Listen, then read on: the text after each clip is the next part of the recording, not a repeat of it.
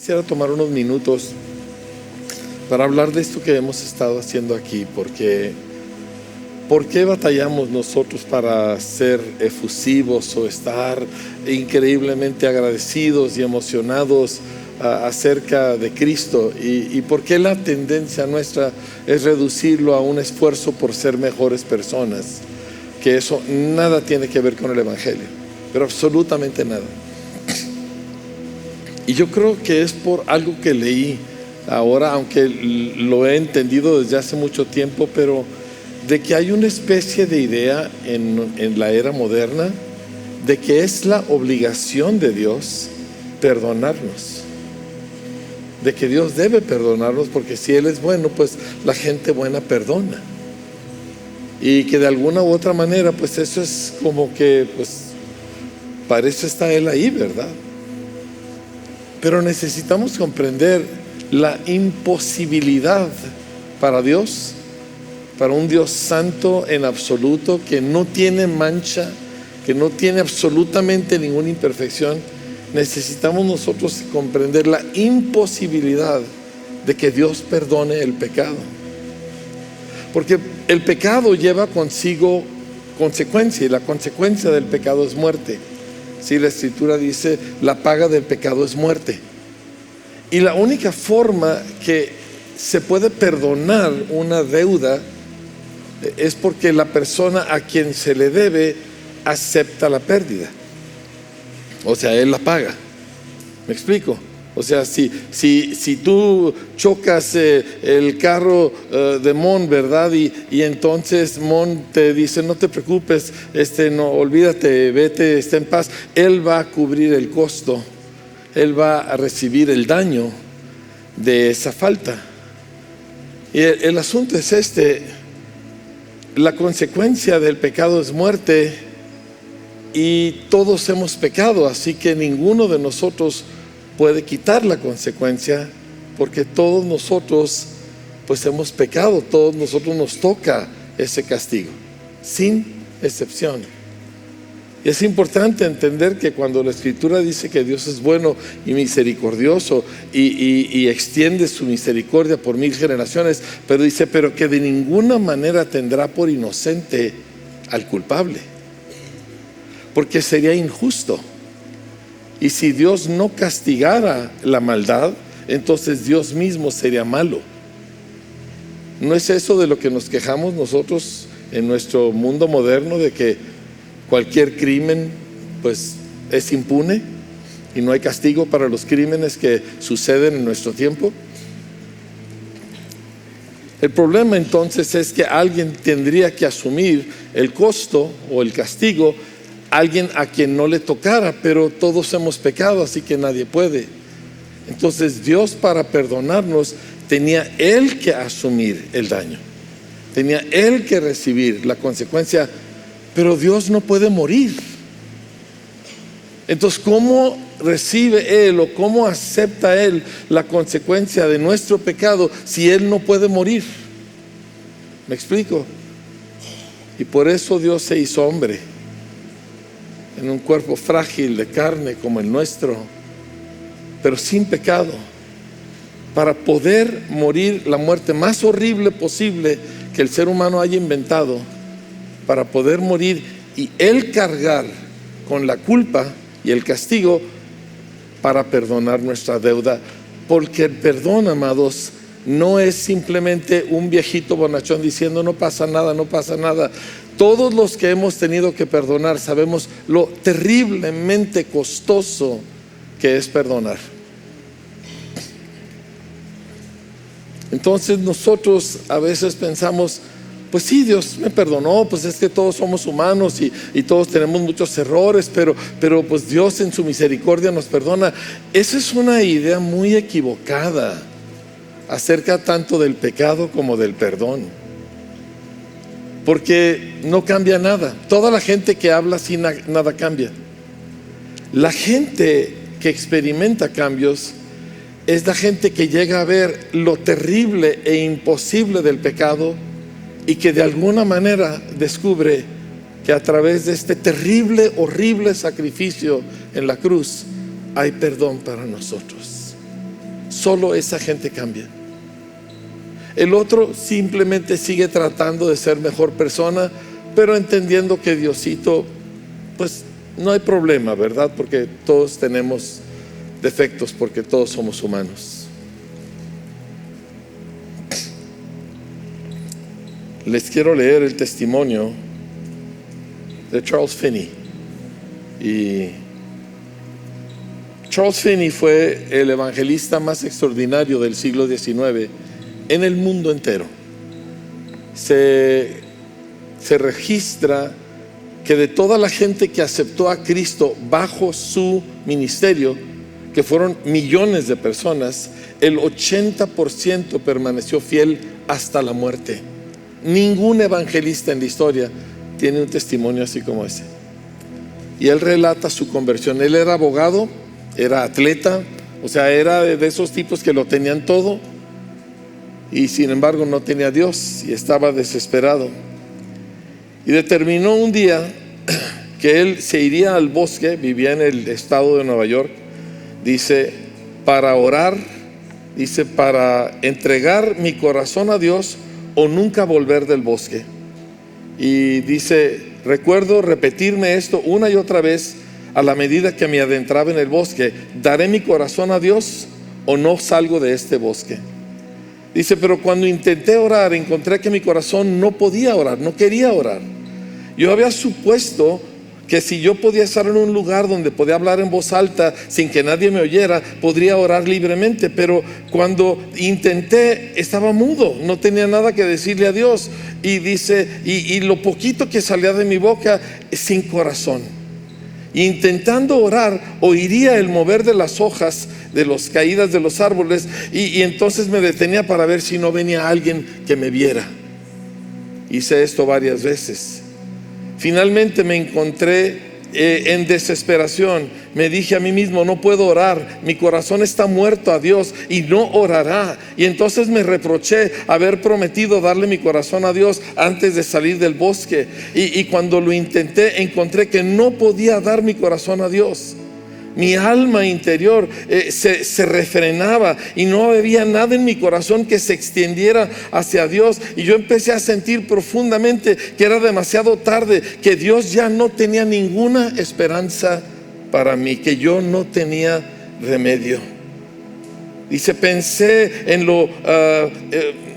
lo impulsivo de mi promesa de que yo le daría mi corazón a Dios o morir en el intento, y parecía que esto tenía atrapada mi alma y yo iba a tener que quebrantar este voto, y me desanimé profundamente y ya no me podía casi ni levantar y estaba de rodillas. Y en ese momento sentí que alguien se acercaba y abrí mis ojos para ver si alguien venía o no. Y dice, y en ese momento se abrió entre mis ojos la realidad de mi soberbia, de mi orgullo, y que esta era la gran dificultad que me estorbaba. Y lo vi tan claramente. Dice, un terrible sentimiento de maldad al estar avergonzado de que un ser humano me viera de rodillas ante Dios. Tomó tal posesión de mí esta vergüenza, dice, que yo clamé a voz en cuello y exclamé que no dejaría ese lugar aunque todos los hombres de la tierra y todos los demonios del infierno me rodearon. Dije, ¿cómo que un pecador perverso como yo, de rodillas confesando mis pecados a mi grande y santo Dios, esté avergonzado de que otro ser humano, otro pecador como yo, me encuentre de rodillas tratando de hacer la paz con el Dios al que he ofendido? El pecado parecía terrible, infinito, me quebrantó delante del Señor. Casi nadie ve pecado así, porque hay una inclinación en nosotros de decir, pues no soy tan malo, es que yo no le hago mal a nadie. Y es hasta que uno ve el pecado como el pecado es, como algo que no tiene remedio, cuando uno puede verdaderamente pedir perdón. A mí me sucedió hace 46 años, sí, por las palabras por teléfono de una persona que me había invitado a un grupo cristiano una vez, y por teléfono a las 11 de la noche, lo que ella me dijo, me di cuenta que Dios era profundamente humilde y yo estaba lleno de soberbia, y me hundió la vergüenza que sentí. Estaba solo en mi departamento, en universidad. Me quise morir de vergüenza. Me sentía el patán más asqueroso del planeta, de que Dios fuera humilde y yo estuviera tan lleno de orgullo y soberbia. Me quería morir. Y estaba solo, nadie me estaba viendo. El tamaño del pecado era imperdonable. No me acordé de las tranzas que hice, de los fraudes que hice, de toda la droga que usaba. No me acordé de todos los maltratos que le hice a gente, de todas las formas en que desilusioné a mis padres, a mis maestros. De ninguna de esas cosas me acordé. Lo único que podía ver era que Dios era increíble, absolutamente humilde, y yo era un perfecto patán. Y ese fue el momento cuando pedí perdón. Toda mi vida cambió. No puedes reducir a Cristo a un modelo para tratar de ser mejor persona.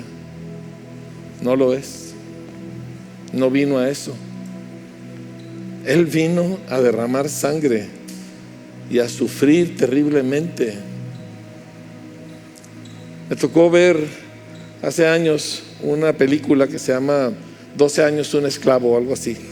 Es acerca de un hombre de color que es atrapado y llevado a ser hecho esclavo. Y hay una escena, de hecho la actriz se ganó el Oscar.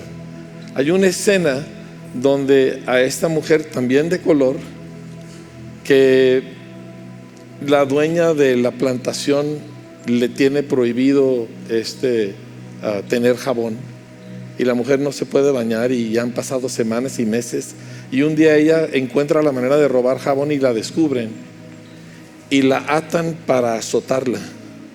Es una mujer delgadita y el chicote que se usaba en esos tiempos era para romper no solo la piel, sino a veces hasta huesos. Y la mirada de terror en el rostro de esa mujer cuando la iban a azotar, y los alaridos ya no solo de dolor, sino de desesperación y desesperanza total, nunca se me han quitado. Y pensé, eso le hicieron a Jesús. Ese fue el precio de mis pecados. Le arrancaron la piel en trozos con los látigos romanos que tenían puntas de metal, precisamente para arrastrar como un rastrillo y arrancar la piel en vivo. La mayoría de los prisioneros que eran azotados así por los romanos morían de los azotes. No necesitaban ir a la cruz. Y eso le hicieron al único que nunca pecó. Eso le hicieron al Dios que se hizo hombre. Y lo hicieron por el tamaño de mis pecados, por la imposibilidad de que mis pecados fuesen perdonados. Ese, mis amados, esto que Cristo hizo, ese es el costo de tu perdón. Y si nosotros vamos a poder conectarnos con el Señor, no va a ser porque intentas ser mejor persona. Va a ser porque volteas sabiendo que no tienes nada que ofrecer y pones toda tu fe en esa terrible, terrible maldad que se le hizo al Hijo de Dios en Getsemaní. Ese, mis amados, es el poder de la sangre, ese es el poder de la cruz, ese es el que cambia al ser humano. Ninguna otra cosa. Y yo quiero que le demos gracias, si es que estás en condiciones de dar gracias, porque es muy posible que entre nosotros haya muchos que nunca han llegado a entender. Es que eso es lo que costó mi perdón. Eso es lo que costó que Cristo me aceptara y me hiciera parte de la familia de Dios. ¿Por qué creen que la cruz es el centro de la historia del universo? Porque nunca ha habido nada que remotamente se le asemeje en magnitud, en todos los sentidos posibles. Y es por esa cruz que nosotros estamos aquí. la razón que tenemos esperanza, la razón que no soy ese espantoso, odioso patán, es porque Jesús hizo eso hace 2000 años. La razón que lo amamos es porque Él hizo eso. La razón que volvemos a Él cuando la regamos es porque sabemos que lo que Él hizo abarca absolutamente todo el pecado que jamás pudiera haber. Y la razón que nosotros ya no queremos pecar es porque entendemos que mi pecado provocó ese sufrimiento y yo no quiero seguirlo haciendo. ¿Me comprende, mi amado? Así que, Padre, no queremos nosotros cantar cosas que no entendemos, que suenan bonitas. Queremos cantar de lo que tú hiciste, Señor. Queremos derramar nuestro corazón, nuestra gratitud, nuestra admiración. Queremos derramar, Señor, nuestro arrepentimiento cada vez que es necesario, porque tú hiciste esto, Señor. Y a gran, increíble, imposible precio, pagado por ti mismo en la peor y más dolorosa manera. De tal manera tú nos amaste que diste a tu único, santo, perfecto Hijo.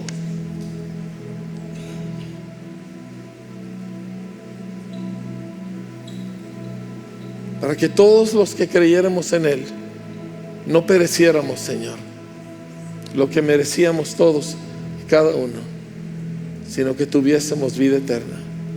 Yo te pido, amado Padre, así como un día le abriste los ojos a Charles Finney, y así como un día le abriste los ojos a tantos otros a lo largo de la historia, como se los abriste a Cornelio, como se los abriste, Señor, a un Pedro que dijo: apártate de mí, Señor, que soy hombre pecador. Así como un día me los abriste a mí, Jesús. Abre nuestros ojos. No nos permitas reducir lo que tú has hecho, Señor, a una anécdota, a un detalle, a una determinación moral de ser mejor persona. Abre nuestros ojos para ver el amor que nos ha lavado de nuestros pecados, el sacrificio que nos ha hecho aceptos ante Dios. En el nombre de Jesús. En el nombre de Jesús.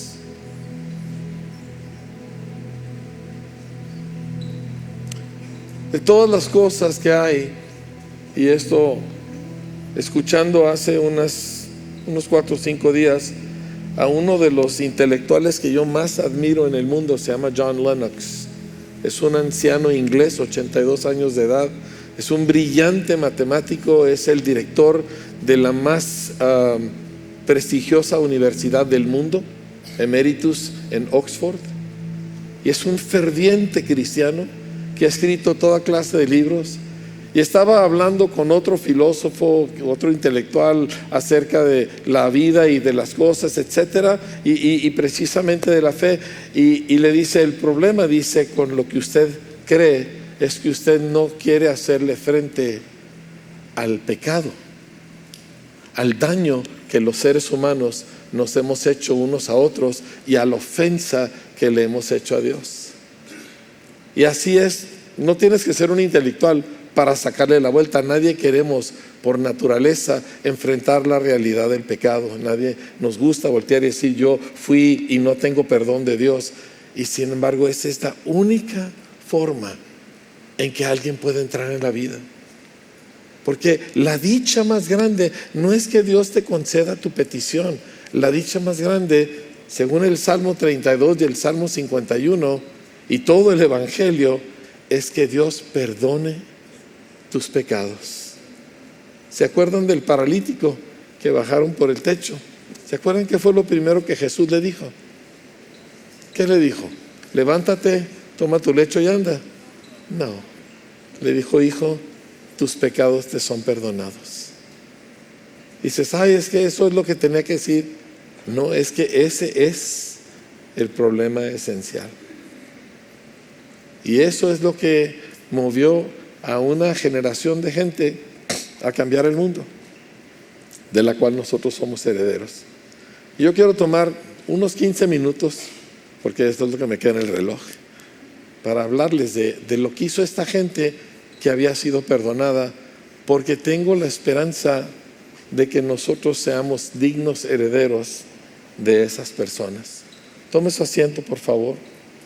Hemos estado nosotros estudiando el libro de los Hechos durante nuestros tiempos de oración, y estaba leyendo un versículo, déjeme lo encuentro. Estaba leyendo un versículo deme oportunidad de encontrarlo. Estaba leyendo un versículo en Hechos capítulo 1, un versículo muy conocido. Recibirán poder, Jesús le dijo a sus discípulos cuando hayan recibido el Espíritu Santo. Si quiere, acompáñenme a encontrarlo, Hechos capítulo 1. Les dijo, recibirán poder cuando haya venido sobre ustedes el Espíritu Santo, y me serán testigos en Jerusalén, en toda Judea, en Samaria y hasta lo último de la tierra. Y yo escribí algo al respecto que le quiero leer. Dice, lo asombroso del libro de los Hechos es todo un pueblo cuya única búsqueda en la vida era que el mundo se enterara acerca de Jesús, que Él es el Mesías. Lo voy a repetir. Lo asombroso del libro de los Hechos es que es todo un pueblo, y escúcheme atentamente, porque usted no está aquí para cumplir con la costumbre dominical, estamos aquí porque necesitamos conectar con Dios. Lo asombroso del libro de los Hechos es todo un pueblo cuya única búsqueda en la vida era que el mundo se enterara acerca de Jesús, que Él es el Mesías. Nunca en todos los 28 capítulos se menciona ningún otro objetivo en este libro, sea personal o colectivo, nunca. O sea, escribí una oración que pudiésemos nosotros ser un pueblo así, con una sobrecogedora pasión y propósito. Obviamente ellos atendían los detalles de la vida, familia, trabajo, etcétera, pero de estas cosas solo se hace ocasional mención. Nunca es algo central en la vida o en la comunicación de ninguno de ellos. Nunca es algo central en la vida o comunicación de ninguno. Nadie está consumido con una profesión o negocio o familia o salud. Y pensé, nosotros oramos por tantas cosas, pero esta gente no oraba por las cosas que nosotros oramos. Y yo quiero saber cómo es que fueron así y cómo nosotros podemos ser el último capítulo de este libro. ¿Cómo nosotros podemos ser dignos herederos de esta gente? Porque, repito, en todo el libro jamás se menciona ningún otro objetivo más que dar a conocer a Jesús, para que todo mundo sepa y todo mundo crea en cualquier parte del mundo, sean buenos o malos. Y eso es lo que movía a los discípulos. A nosotros nos mueve la oración por, Señor, invierto aquí, lo hago allá, mi hija está batallando con esto, yo estoy enfermo de aquello, traigo este conflicto, etcétera. Pero ellos no oraban de esa manera. Así que vamos a ver un poquito acerca del libro de los Hechos y descubrir qué era lo que los hizo como eran. Lo primero ya lo vimos. Esta era gente perdonada. Cuando Pedro predicó su primer sermón, Pedro le dijo a todos, ustedes asesinaron al Mesías. Y lo hizo bajo la unción del Espíritu Santo, y todo mundo estaba bajo la convicción, y todos recibieron el perdón, y el resultado fue una explosión total. ¿Sí? El asunto es que vemos nosotros en las vidas de ellos ciertas características que surgieron del hecho de haber sido perdonados. Y es importante porque las cosas que voy a mencionar, nosotros tendemos a verlas como obligaciones del cristiano, pero en ellos no eran obligaciones. Ellos no hicieron esto porque debían de hacerlo. ¿Me explico? Lo que llamamos agencia moral, ¿verdad? Esa intención de ser bueno, no es lo que los movía a ellos. Porque cuando tú has asesinado al Mesías, pues ya no hay forma de ser bueno. ¿Me explico? Pues ¿qué más le puedes ofrecer a Dios en términos de que voy a ser mejor, Señor, ¿verdad? Pues ya asesiné a tu hijo, ahora ¿qué te ofrezco? Entonces esto no fue su motor y no puede ser el motor nuestro, porque es un motor que se acaba bien pronto. O sea, empieza uno el año, voy a leer mi Biblia, la voy a leer todos los días, voy a hacer así, y al poco tiempo lo descuidas, lo dejas. Y dices, ¿por qué no puedo seguir? O voy a tomar tiempo y de veras aprender a orar y ser un hombre, una mujer de oración, y al poco tiempo lo abandonas. ¿Por qué? Porque lo hacemos como agencia moral, lo hacemos porque debo de hacerlo, porque esto es lo que un buen cristiano hace, pero ellos no eran así. Tú no ves esto aquí en este libro. Déjeme le leo un poquito de lo que ellos sí hacían, pero quiero empezar precisamente con el objetivo de su testimonio, porque Jesús dijo: vendrá sobre ustedes poder, recibirán poder cuando haya venido sobre ustedes el Espíritu Santo y me serán testigos. O sea, el objetivo o el efecto de la llenura del Espíritu Santo es que serían testigos. ¿A dónde? A toditito el mundo. A Roma, donde terminó Pablo, ¿verdad? Y de hecho Pablo terminó en España predicando el Evangelio, o en la India, donde terminó Tomás, Santo Tomás, el incrédulo, el que dijo: si yo no pongo mi dedo en los hoyos de sus heridas, yo no creeré. Y Jesús vino y le dijo: pues aquí están mis heridas. Él terminó en la India, ahí fue mártir, pero todavía hay iglesias en la India que descienden de las que él fundó. Y Pedro terminó en lugares como Babilonia. Todos fueron y todos predicaron, y muchos murieron y todos sufrieron muchas diferentes cosas, y nada los podía parar, porque fueron llenos del Espíritu Santo y el Espíritu Santo los hizo testigos. Es vital que nosotros entendamos, déjeme ver, esta cosa me está dando lata, que entendamos nosotros que ser testigos es el resultado de la llenura de Dios. Y cuando alguien es cristiano pero no es realmente testigo, algo todavía no cuadra. Y lo que estamos aquí para hacer es para encontrar cómo esto va a cuadrar. Porque tratar de ser cristiano y no ver estas cosas operando en nuestras vidas es un tormento. No se trata de eso. Me explico, no va a producir buenos frutos. Entonces es importante que entendamos nosotros: si Dios hace contigo lo que Él quiere hacer, vas a ser un testigo. Vas a dar a conocer a Jesús de 1001 maneras, individualmente y de manera colectiva, y es imposible evitarlo. Entonces, lo primero que vamos a encontrar nosotros en el capítulo 1 del libro de los Hechos es que después de que Jesús les dice todo esto, dice en el capítulo 1 verso 12, ya cuando Jesús se va, ¿verdad? Dice: volvieron a Jerusalén desde el monte que se llama del Olivar, el cual está cerca de Jerusalén, camino de un día de reposo. Y entrados subieron al aposento alto donde moraban Pedro, Jacobo, Juan, Andrés, Felipe, Tomás, Bartolomé, Mateo, Jacobo, hijo de Alfeo, Simón el celote, y Judas, hermano de Jacobo. Todos estos perseveraban unánimes en oración y ruego. Todos. Entonces lo primero que encontramos es que la respuesta inmediata de todas estas personas que han creído en Cristo, que han sido perdonados de lo que es imposible perdonar, todos ellos, su respuesta es oración, y no es una oracioncita de Señor bendice los alimentos, es una oración que perseveran y no pueden dejar de orar. Yo he participado, me he experimentado tiempos así. La pastora les puede platicar tiempos donde nosotros de repente teníamos 4 o 5 horas orando, un grupo de amigos orando sin poder dejar de orar. Y dices: ¿cómo es eso? No es algo que haces por disciplina. no te nace porque te emocionas, es algo que viene de arriba, y ellos obviamente lo tenían. Ahora, antes de que tenga una impresión equivocada, el libro de Lucas, al final de Lucas, cuando habla de este mismo incidente, nos dice, y más se lo voy a leer para no ir a decirlo mal.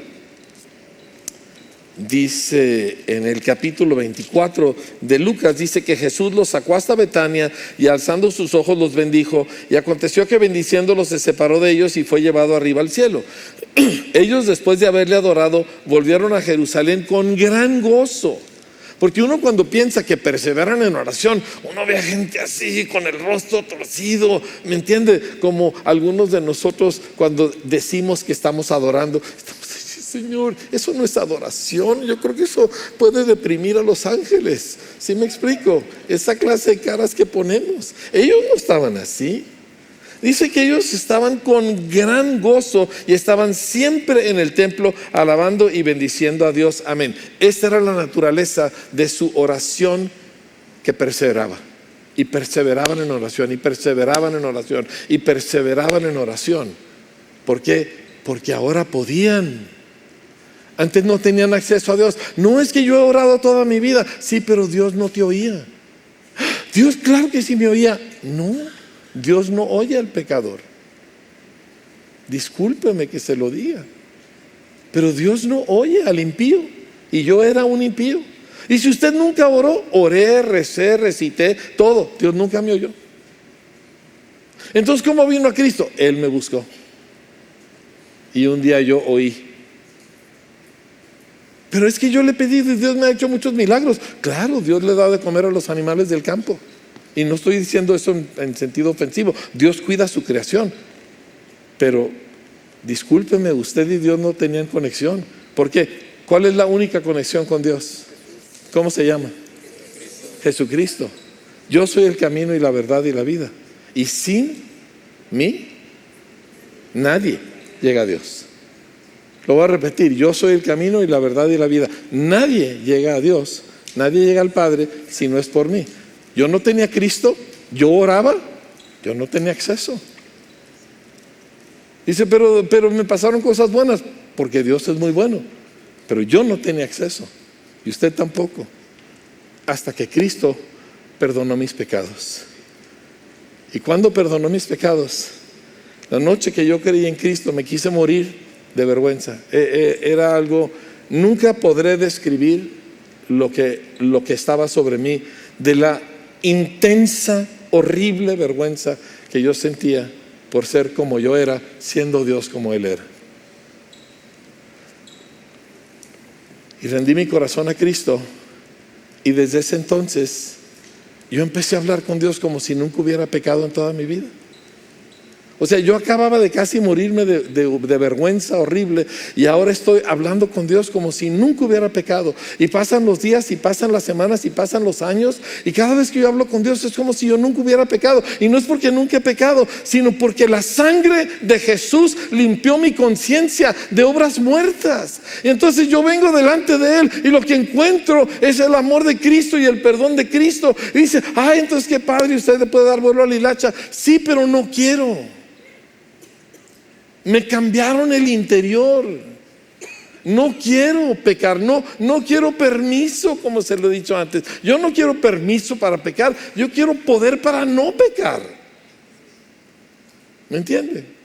Entonces ellos empezaron a orar, y a orar, y a orar, y a cantar, y se postraban y danzaban y todo lo que usted se puede imaginar, porque ahora podían y antes no. Te voy a decir una cosa: cuando una persona viene a Cristo, va a cambiar dramáticamente su forma de rezar, orar, o llámele como quiera. Y si la suya no ha cambiado, tengo buenas noticias para usted. La puerta de Cristo está abierta para usted. Él está llamándole y diciéndole: yo quiero pasar la vida contigo. Pero si nada ha cambiado, entonces todavía la puerta, pues todavía no hay la conexión. Pero la buena noticia es que todavía hay oportunidad. Ellos vivían intencionalmente y conscientemente conectados con Dios. Y es la razón que eran diferentes.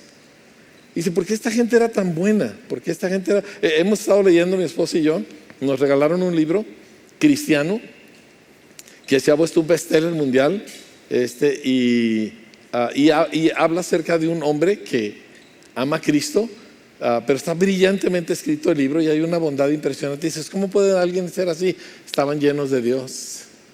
Quiero que diga conmigo en voz alta, solo Dios es bueno. Yo no. Vamos a decirlo de nuevo, solo Dios es bueno. Yo no. Ahora, en la yo no todo el mundo lo dice.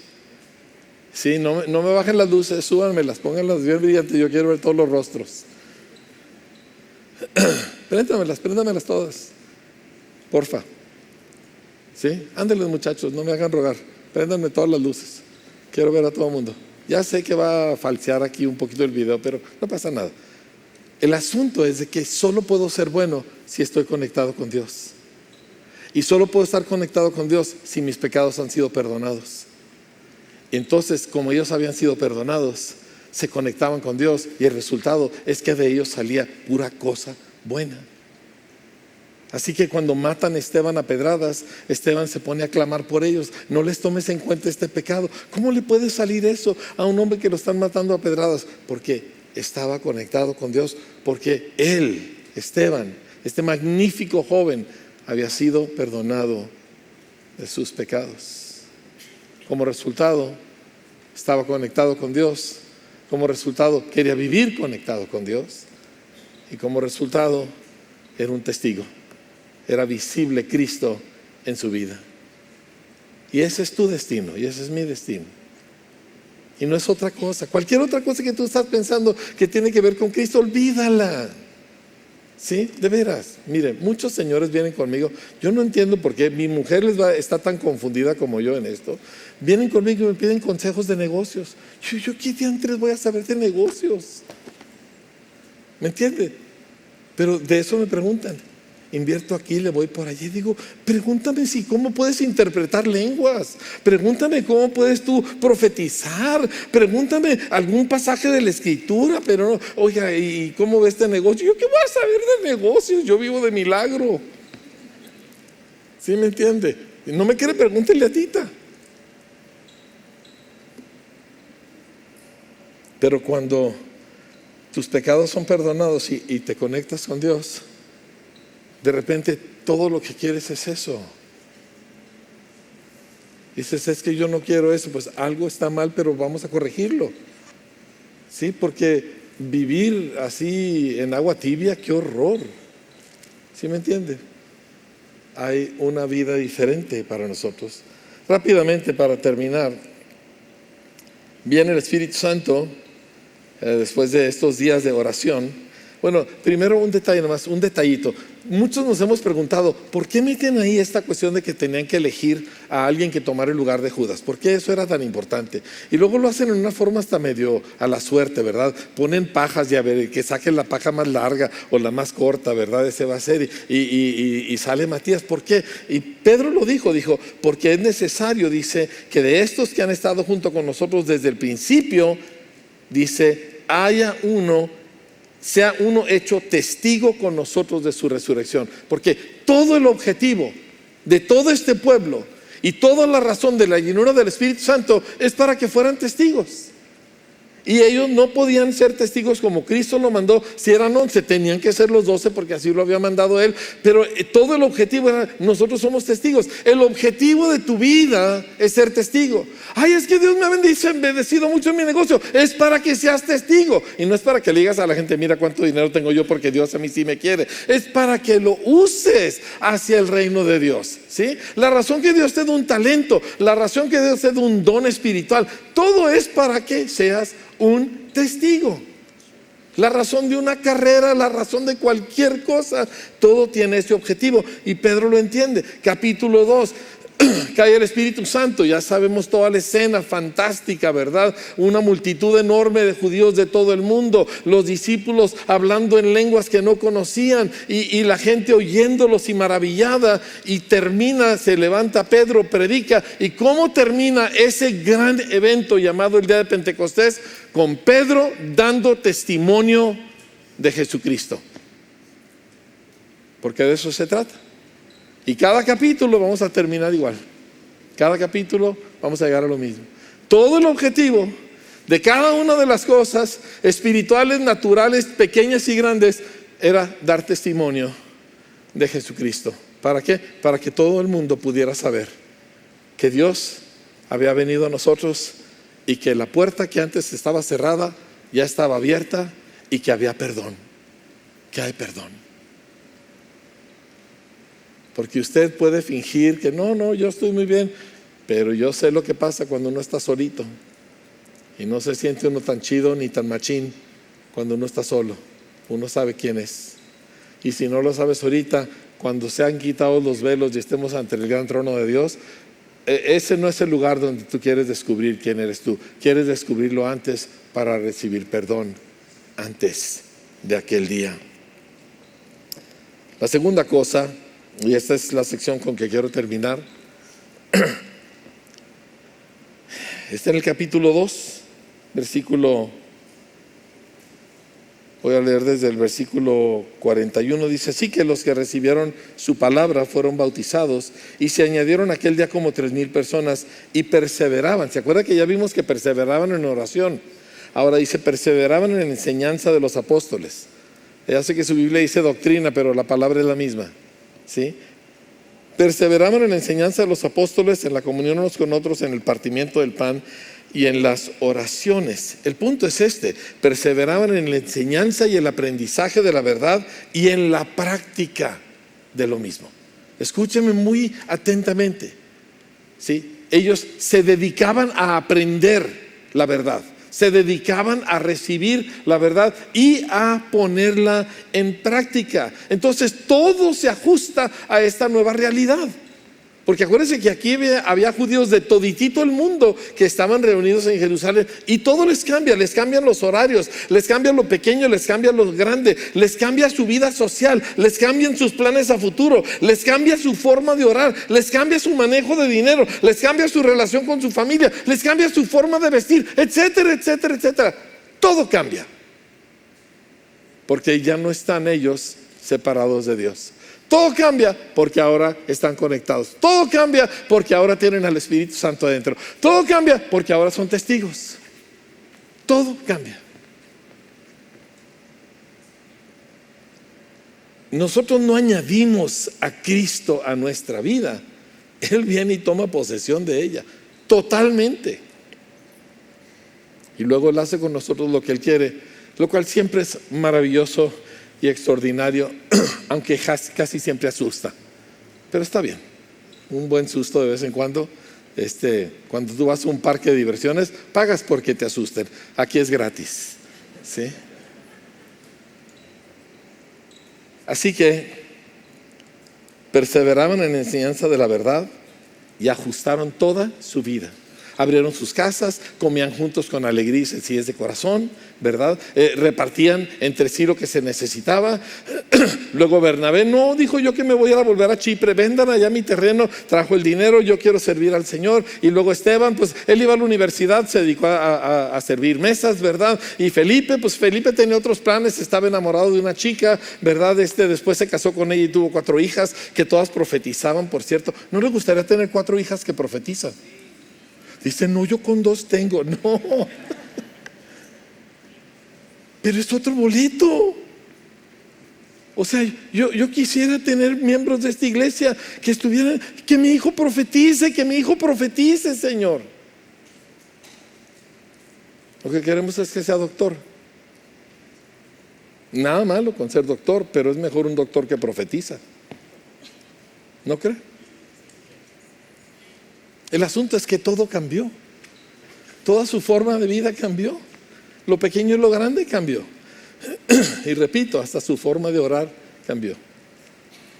¿Por qué? Es cuando hablaban acerca de Jesús cuando lo oían enseñar, decían, es que él no enseña como todos los demás. Él enseña como alguien que sabe de lo que está hablando. Él enseña con autoridad. Todo cambia.